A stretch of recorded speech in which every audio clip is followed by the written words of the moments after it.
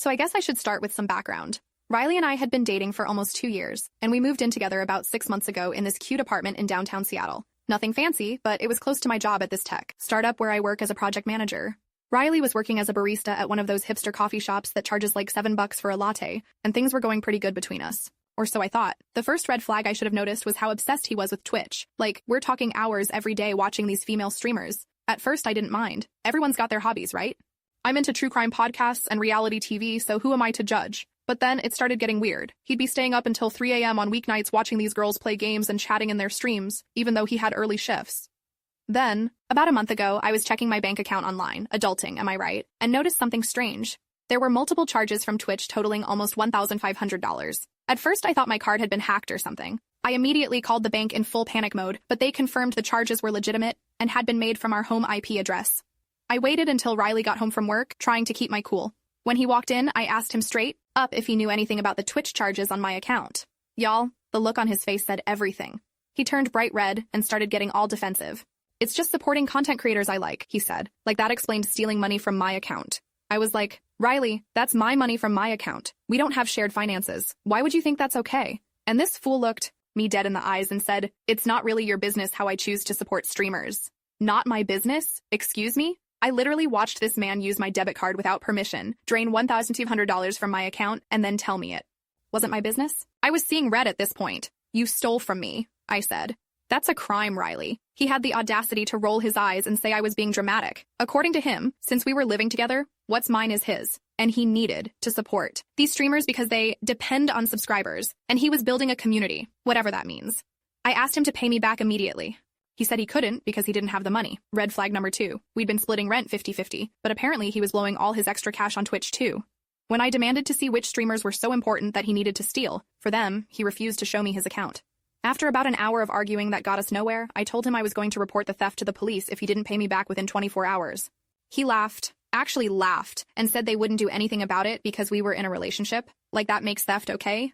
Well, surprise, surprise, the Seattle PD does in fact consider stealing $1,500 a crime, regardless of whether you're sleeping with the victim. I filed a police report the next day and they took it seriously.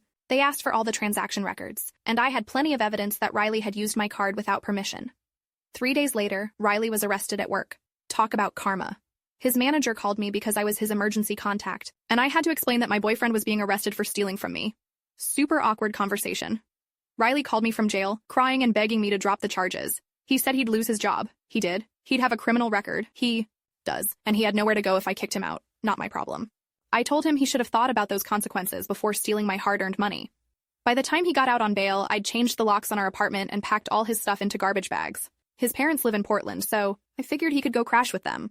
I left his things with the building manager and texted him to pick them up within 48 hours, or they'd be donated. The cherry on top? I got curious and did some digging to find out which streamers he'd been throwing my money at. Turns out it was mainly these 3 gaming girls who do those hot tub streams on the side. I sent each of them a message explaining what happened, and they were horrified. All 3 of them blocked Riley's account immediately. One even sent me a $50 Amazon gift card as an apology, which was totally unnecessary but super sweet. So now Riley is couch surfing with friends, has lost his job, has a theft charge hanging over his head, and is banned from the Twitch channels he stole to support. Meanwhile, I got my money back through the fraud protection on my account, and I'm enjoying my peaceful apartment without a thief for a boyfriend. Updated. So it's been about 3 weeks since everything went down with Riley, and the drama just keeps coming, I swear. After he picked up his stuff, I thought that would be the end of it. But nope, this guy just doesn't know when to quit.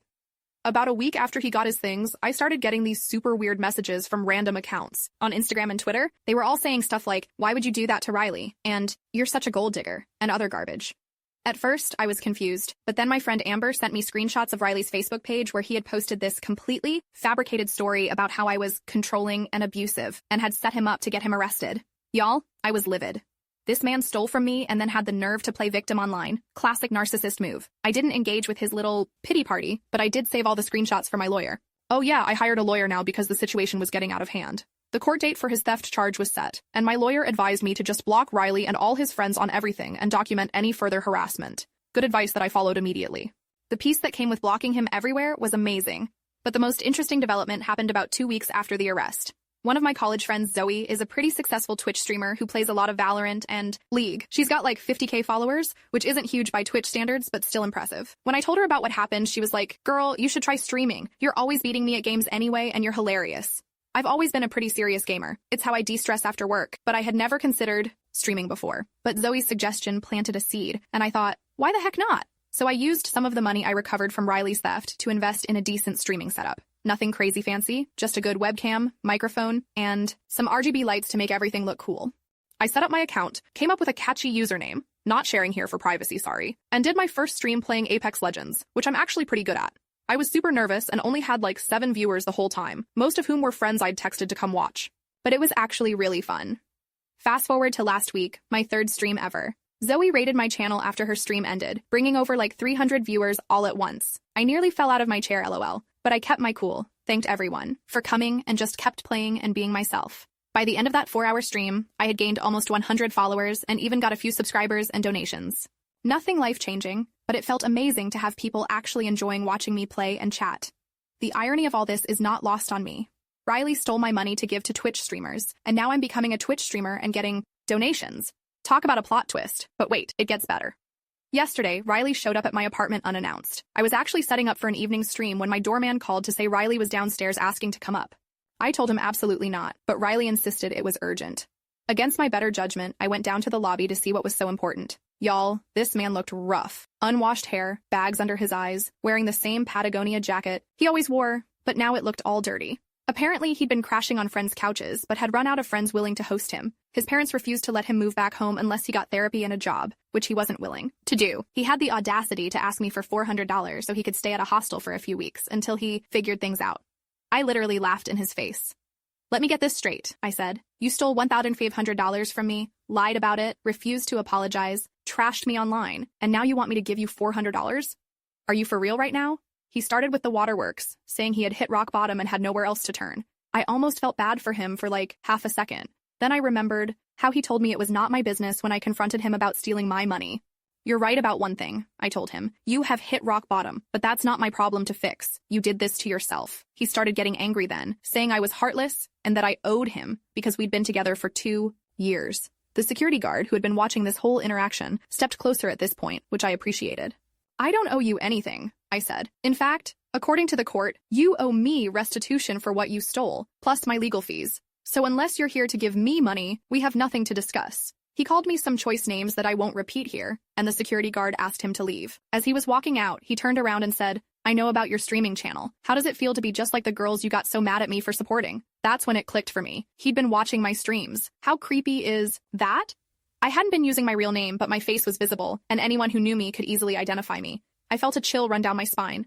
As soon as I got back to my apartment, I blocked his IP address from my Twitch channel and made a mental note to talk to my lawyer about possibly getting a restraining order. I was shaken, but I still did my stream that night. I didn't mention anything about Riley, but I was a bit off my game. Still, my little community was super supportive, and I ended up having a great time despite the earlier drama. The whole situation has been wild, but in a weird way, I'm grateful. If Riley hadn't shown his true colors by stealing from me, I might have wasted years with him, and I never would have discovered how much I love streaming. My channel is growing steadily. I'm up to almost 500 followers now, and I'm making real connections with people who share my love for gaming. Meanwhile, one of Riley's friends, who's still cool with me, told me that Riley got fired from his new job at Target for showing up late repeatedly. Apparently, he was staying up all night watching Twitch streams again. Some people never learn, I guess. So that's where things stand now. I'm discovering a new passion, making new friends, and even earning a little side income from something I love doing anyway. Riley's facing criminal charges, is unemployed, and homeless. As they say, karma's only a bad thing if you are. Final update. It's been 3 months since my last update, and my life has completely transformed. My Twitch channel exploded after I won a 1v4 clutch in a Valorant tournament that went viral on TikTok. I now have over 15,000 followers and hundreds of subscribers. I've even partnered with a gaming chair company for my first sponsorship deal. Every stream, I look at the donation alerts popping up and think about how Riley thought I would never understand supporting creators. Oh, the irony. Speaking of Riley, his court case finally wrapped up. He pleaded guilty to theft charges and got probation plus community service. He also has to pay back every cent he stole, with interest. My lawyer told me he's working at a convenience store now and living in some sketchy shared housing situation in Tacoma. The funniest part? One of my viewers spotted him panhandling outside the Pike Place Market last weekend, holding a sign that said, "Anything helps." They recognized him from a story I shared once, keeping details vague for privacy, and sent me a picture. I almost felt bad for him. Almost.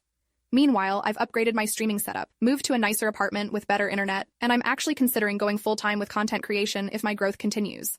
My former tech company even asked me to represent them at a gaming convention next month. Life really does have a way of working out. Sometimes the worst things that happen to you lead to the best opportunities. And sometimes, when someone shows you who they are by stealing your money for Twitch streamers, believe them the first time and kick them to the curb.